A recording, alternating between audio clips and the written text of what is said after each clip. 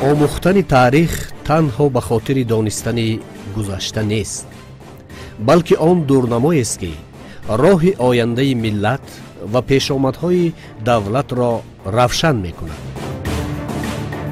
эмомалӣ раҳмон.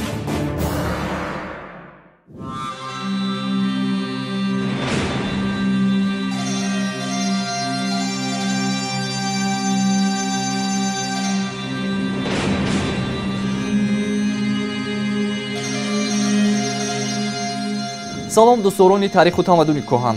барномаи имрӯзаи дар оинаи таърихро ки меҳвари асосиашро шинохти ҳуввияти миллӣ ва дарки асолати таърихӣ ташкил медиҳад, атрофи яке аз империяҳои пуршукӯҳ мебахшем. империяе ки доманаи дини будоиро то қаламрави имрӯзаи тоҷикистон овард. империяе ки даврони гулгулшукуфоӣ ва тиллоии мардуми тоҷик маҳсуб мешавад.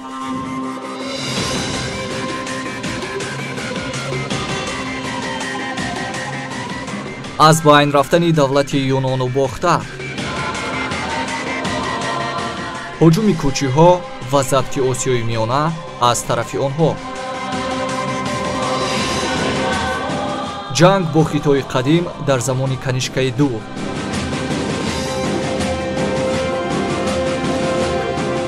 паҳн гардидани дини будоӣ дар ҳудуди Тоҷикистон,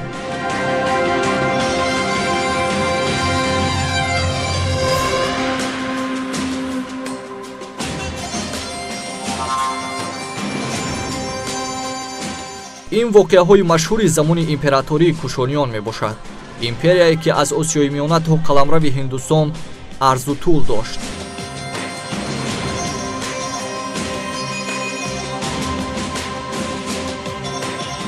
ин империяи якзамонҳо машҳуру пурнуфуз тахминан дар асрҳои 1-3 мелодӣ ташкил шуда сарзамини Осиёи Миёна, Афғонистон, Покистон, Ҳиндустони шимолӣ ва Туркистони шарқиро фаро мегирифт.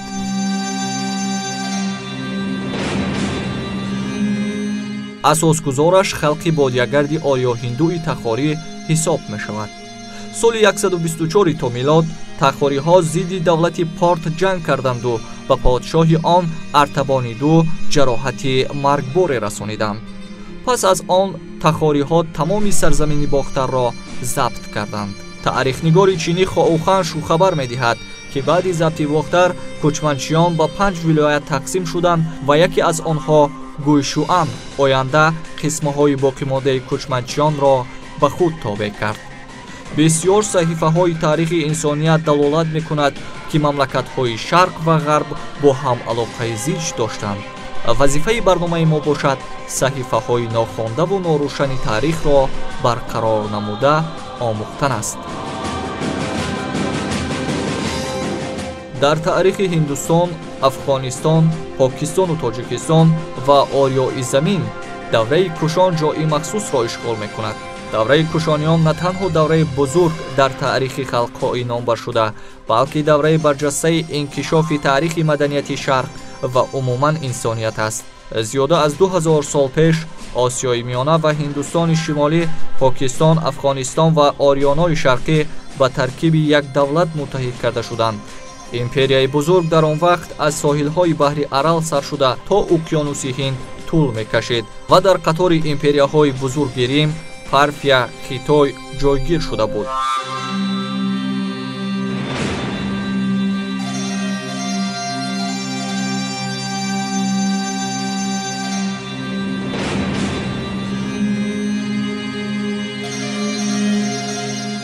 юҷиҳо умуман тамоми ҳамун иттиҳоди бузурги қавму қабилаҳои ориёӣ ки дар таърих бо номи саккоиҳо маъруф ҳастанд, ҳангоми муҳоҷирати худ ба ду шоха ҷудо мешаванд. яке аз онҳо то соҳилҳои дарёи Сир, яъне ҳудудҳои Суғди қадим то шаҳрҳои Мароканд, имрӯза Самарқанд муҳоҷират мекунанд. як шохаи дигараш ба сарзамини, яъне қисмати ҷануб ворид мешаванд, ба ҳудудҳои имрӯзаи Помир ва аз тариқи Помир мегузаранд ба ҳудудҳои Хӯросон, Афғонистон муҳоҷират мекунанд ва то шимоли Ҳиндустон. гап дар сари ин ки пайдоиши юҷиҳо аз қисмати орёнои шарқӣ ибтидо мегирад, сарчашма мегирад. олимони зиёде ҳастанд, масалан Бейли, Мейкворд, олимони англис ҳастанд ки бисёр кӯшиш карданд, ҳанӯз аз нимаи дуюми асри 20 тадқиқотҳои илмӣ зиёд бурданд و کوشش آن را کردند که اثبات کنند، ثابت آن کنند که کوشانی ها، اصل کوشانی ها پیدایششان از حدود ایران هست. اما خود ایشان نیست، در نتیجه بسیار مبارزه که خواهان همین چیز بودند با کامیابی نرسیدند و اقرار شدند که پیدایش یوجی ها از قسمت آریایی شرقی است.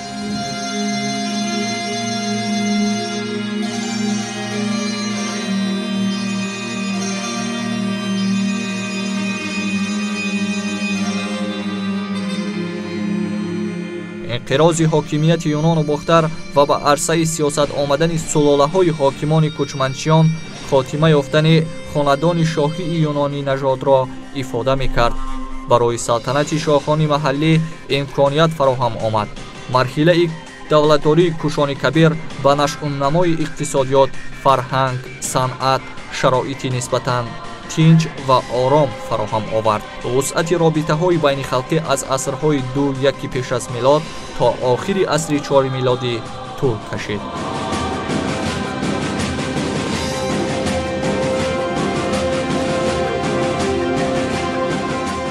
شاید بیننده ما در ذهنش سوال دیگر پیدا شد که آیا تا آمدن یوجی ها یعنی کوشانی ها به اینجا، در اینجا دیگر قوم و قبیله ها زندگی میکردن؟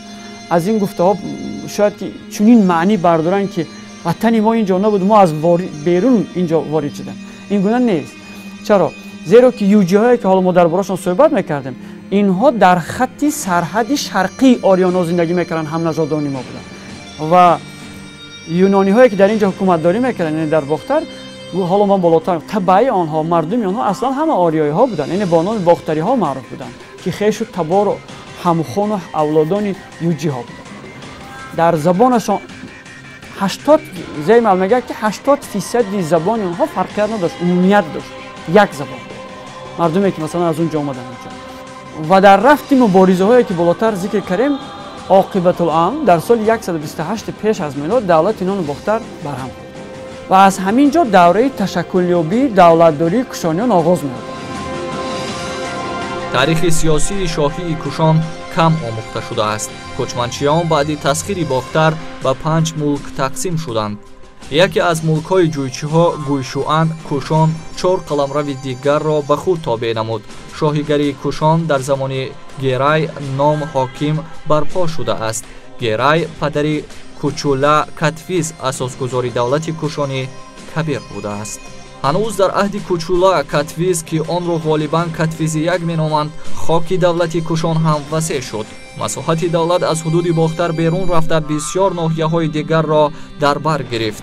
تحقیق تنگه‌ها نشان می‌دهند که عنوان کاتفیز یک از یبغو سرور سر شده تا پادشاهی اعظم و شاهنشاه تدریجاً بالا رفته است. ملک‌های ساحل راست امودریا، آریا، زرنگ و هندوستان شمالی در زمان کوچولا کاتفیز به خاک دولت او همراه بودند.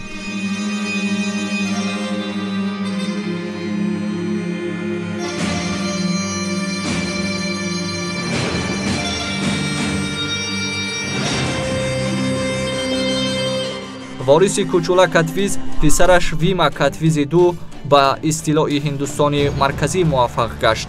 ناحیه‌های ساحل راست امودریا، قبادیان، شهری نو، دوشنبه را به هیئت کوشانی کبیر داخل کرد. تنگه‌های این پادشاه با نام شاهنشاه نجات بخش بزرگ سیکه زده می شدند. به فکر محققان ویما کاتفیز دو تمام شامل هندوستان از جمله کشمیر را ضبط کرده بوده است. کاتفیز دو در سیاست پول اصلاحات وارد نموده تنگه‌های طلا را با معاملات درآورد. سببی در معاملات پولی کوشانیان وارد شدن تنگه‌های طلا احتیاجات تجارتی بین الخلقی بود. تاریخ‌نگار زیمال تاکید کرده است در یک دولت بی‌کنار مقتدر متحد کردن ملک‌های پریشان و پراکنده خیلی افزودن امکانیت اقتصادیاتی مملکت یکی از زمینه‌های اساسی اصلاحات مذکور گردید که طبق آن از تنگه‌های نقره دست کشیده تنگه‌های طلایی را جاری نمودند.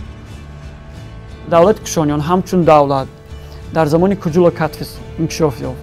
همین بود که عالمان او را همچون اساسگذاری دولت کوشانیان معرفی کردند. اگرچه که ما حالا میگیم که کوشان اساسگذاری سلوله است، اما کوچولا کاتفیز این اساسگذاری دولت کوشانیان به حساب میاد. و Куҷула Кадфис барои мустаҳкам кардани пояҳои иқтисодию иҷтимоии давлати худ якчанд ислоҳотҳо гузаронд ва дар миёни ислоҳотҳои гузарондаи вай мақоми асосиро ислоҳоти пулии вай дар бар мегирад. аз рӯи гуфтаи олимон то замони ҳукмронии Куҷула Кадфис тахминан 30 солро дар бар мегирад. То замони ҳукмронии ӯ дар сарзамин тангаҳои нуқрагину мисин бисёр роиҷ буд ва Куҷула Кадфис тангаҳои 8 граммаи тиллоӣ баровард ки дар ҳудуди империя бо номи тангаҳои ним динора ва 4 динора маъруф аст. ва вақте ки тангаҳои 8 граммаи тиллоии Куҷула Кадфис сикказанияш авҷ гирифт, оҳиста оҳиста тангаҳое ки аз мису аз нуқра сикка зада мешуданд, онҳо барои савдои маҳаллӣ мақом пайдо кард ва тангаҳои тиллоӣ барои савдои байналмилалӣ мақом пайдо кард. аз рӯи гуфтаи олимони юнони қадим, Рими қадим, дар он давра 4 империяи бузург буд. ин империяи Чин, империяи Рим, империяи Порт, империяи Кушон. ва хушбахтона ин ду империя аз ин 4 империя ки зикр кардем, дутоаш империяи ориёиҳо буд, империяи Портҳо ва империяи Кушон. баъди ислоҳотҳои пулие ки Куҷула Кадфис гузаронд, байни ҳамин 4 империя равобити тиҷорат бисёр авҷ гирифт. агарчанде ки дар баъзе ҷоҳо мо мебинем ки дар мавзӯи сиёсат ихтилофҳо байни онҳошон то андозе вуҷуд дошт, аммо тиҷорат кори худро мекард ва тиҷорат байни эшон бисёр ривоҷу равнақ дошт ва дар замони Куҷула Кадфис роҳи бузурги абрешим инкишоф ёфт, махсусан ба тариқи кушониён. шумо медонед ки мавзеи ҷойгиршавии давлати кушониён барои рушди роҳи абрешим бисёр мусоидат мекард ва солиёни зиёд мубориза мебурданд, масалан империяи Риму Порт ё ки портҳо бо юнону бохтариҳо барои ба даст гирифтани роҳи бузурги абрешим.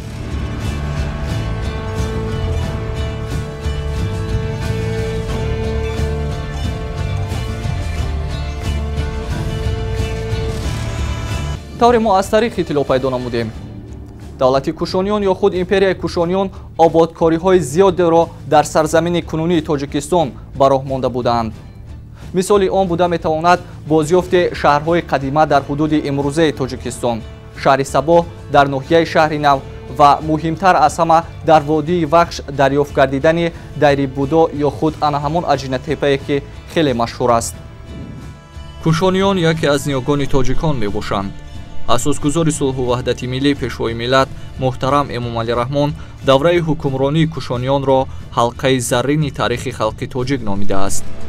дар замони кушониён забонҳои кушонию бохтарӣ ва лаҳҷаҳои он ки ба гурӯҳи забонҳои шарқии ориёӣ мансуб мебошанд роиҷ будааст.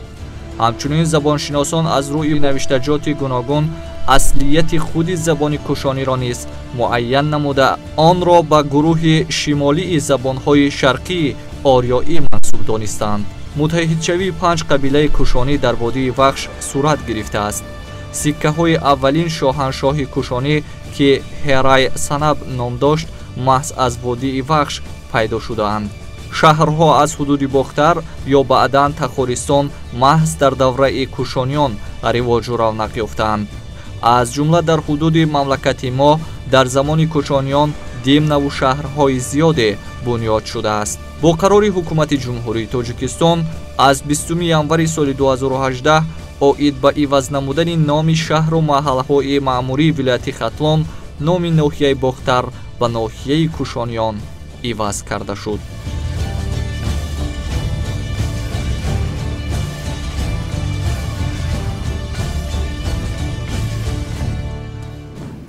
дар таърихи халқҳои ориёинажод бахусус тоҷикон яке аз шоҳаншоҳиҳое ки дар рушди фарҳангу маданият, низоми иқтисоду сиёсат ва умуман тамаддуни ҷаҳонӣ нақши бисёр созгор муассир гузоштааст, ин давлати кушониён ё ба истилоҳ шоҳаншоҳии кушониён ба ҳисоб меравад.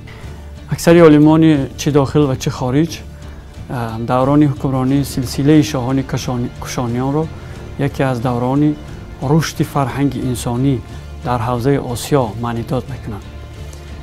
яке аз олимони англис Каннингҳем мегӯяд ки давраи ҳукмронии кушониён барои рушди фарҳанги халқҳои Осиё ва хусус халқҳои кӯчие ки дар ҳудудҳои Туркистони шарқӣ зиндагӣ мекарданд бисёр нақши калон бозид ва дар самти مدنی کنانیدن خلق‌های کوچی که در دشت و بیابان‌های اطراف حدود ورارود یا که ماوراءالنهر زندگی می‌کردند بسیار نقش نمایان و حل کننده را بازی توانست.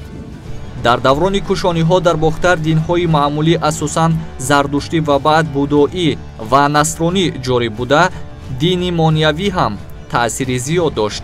معلومات است که یکی از شاهنشاهان بزرگ کشانیان کنیشکا دینی بودایی را قبول کرده و انتشار آن در قسمت شمالی دولت رولی کلان بازید.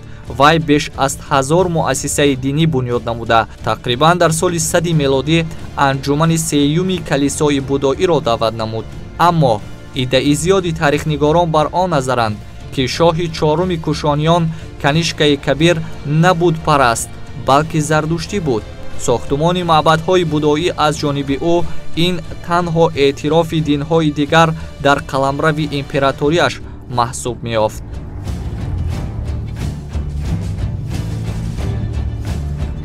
کنیشکای کبیر چون پیشگذشتگان خود در مسئله مناسبت با دین و مذهب و رویه‌هایی که به دین علاقه‌مندی دارند بسیار خردمندانه و عاقلانه مناسبت می‌کرد و یک سیاستی را پیاده کرد که تمام این قوم و قبیله‌ها نسبت به نظری بد پیدا نکنند، اندیشه مخالف پیدا نکنند، اندیشه سیاه پیدا نکنند.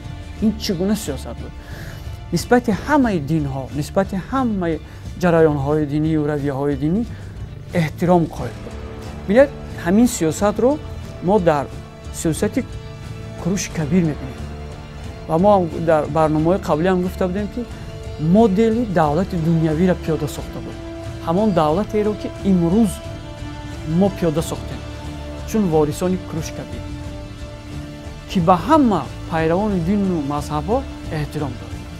و کنیشکای کبیر در زمان کورانی کنیشکای کبیر بنابر سببی که در دولت هندوستان که علاقه در زمان کنیشکای کبیر قریب که قسمت زیادی هندوستان تابع دولت کشانیان بود، یعنی تسخیر کرده بود، به خاطر که در اینجا نزاع‌های دینی و ملی به وجود نیاید، به خاطر که ثبات سیاسی را تامین سازد، به خاطر که امنیت را پابرجا نگاه دارد تا که پایه دولت ضعیف نشود، به خاطر که وحدت کامل را میان خلق‌ها تامین سازد، کنیشکای کبیر انجمن پنجمی بودایی‌های دنیا را خود برگزار کرد و در حدود هندوستان 2 معبد بزرگی بودایی‌ها را بنا کرد و یکچند مجسمه‌های بودا را با سپارش بی‌واسطه کنیشکای کبیر بنیاد گذاشته و در حدود ورارود در حدود باختر نیست، باختر قدیم نیست، یکچند معبدهای بزرگی بودا با فرمان کنیشکای کبیر بنیاد گذاشته شد. اکنون سوال پیدا میشد که خب در حدود هندوستان معبدها را بساختن به خاطر که اونجا بودایی‌ها بودن، چرا در حدود باختر چنین معبدها را ساختن؟ پس کنیشکای کبیر بودایی شده است یا اعتقاد پیدا کرده است به این دین؟ این گونه نیست. چرا در حدود باختر نیز این چیز را ساخت؟ یکم عاملش این است که در اینجا نیز بودایی‌ها بودن و مردم ما بنابر سببی که در همسایگی آنها زندگی میکنند تا حد قسمتی از مردم گرایش پیدا کردن به این دین. دوم عامل است همون طوری که هندوها دین ما زردشتی را قبول کردند، زیرا که یک عباره خوبی مردم تاجیک است، میگن همسایه از همسایه رنگ میگیرد. خب و اینجا که حالا بالاتر گفتیم راه بزرگ ابریشم بود، از اینجا پیروان دین و آیین‌های گوناگون که می‌گذاشتند برای آنها نیز یکچند معبدها ساخت.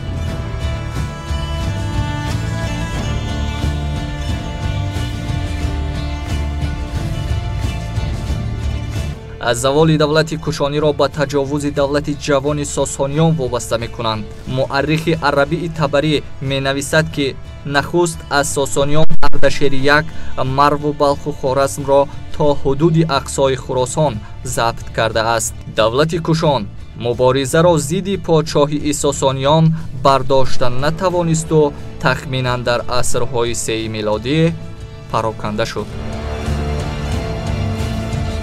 کشانیان از عصر 2 پیش از میلاد سر قدرت آمدند تا عصر 4 میلادی.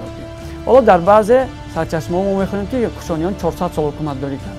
یکی از زمان آغاز حکمرانی سلاله کوشانیان اگر ما به اینوبت گیریم، یعنی از زمان سقوط دولت یونان باختر ما به اینوبت گیریم، میتوان گفت که 600 سال کوشانیان، یعنی 6 عصر کوشانیان در سرزمین ما یعنی حکومت داری کردن. 2 عصر قبل از میلاد و 4 عصر میلادی، یعنی 6 عصر که در مجموع 600 سال را در بر